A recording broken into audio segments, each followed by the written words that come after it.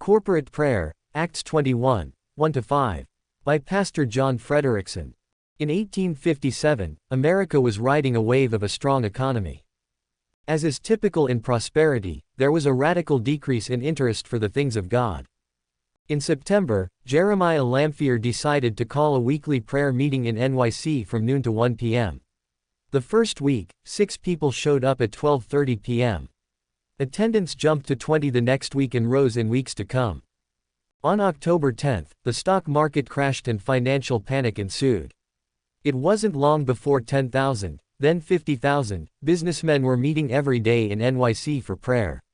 By 1858, these prayer meetings, which resulted in hundreds of thousands reportedly trusting Christ, jumped to every major American city. And it all started with corporate prayer. When the Apostle Paul left the elders of Ephesus, he kneeled down and prayed with them all, Acts 20:36. After coming to Tyre and finding sweet fellowship with a band of disciples, they, through the Spirit, told him that he should not go up to Jerusalem, Acts 21:4. This was the first of 3 warnings in this chapter, from God's Spirit, for Paul to avoid the trouble awaiting him in Israel's religious center.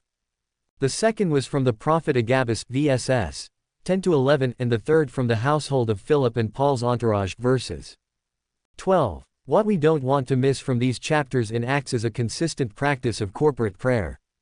When the saints of Tyre realized Paul was determined to go to Jerusalem, they accompanied him to the ship, and we kneeled down on the shore, and prayed together, verses 5. They were committing him to Lord in prayer and asking for God's enablement.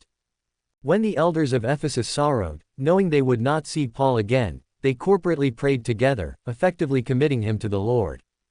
Just prior to a demonic attack, Paul prayed with the saints in Lydia's home, Acts 16:14-16. When the saints at Antioch ordained Paul and Barnabas for their unique ministry, they did so while collectively practicing prayer for their ministry.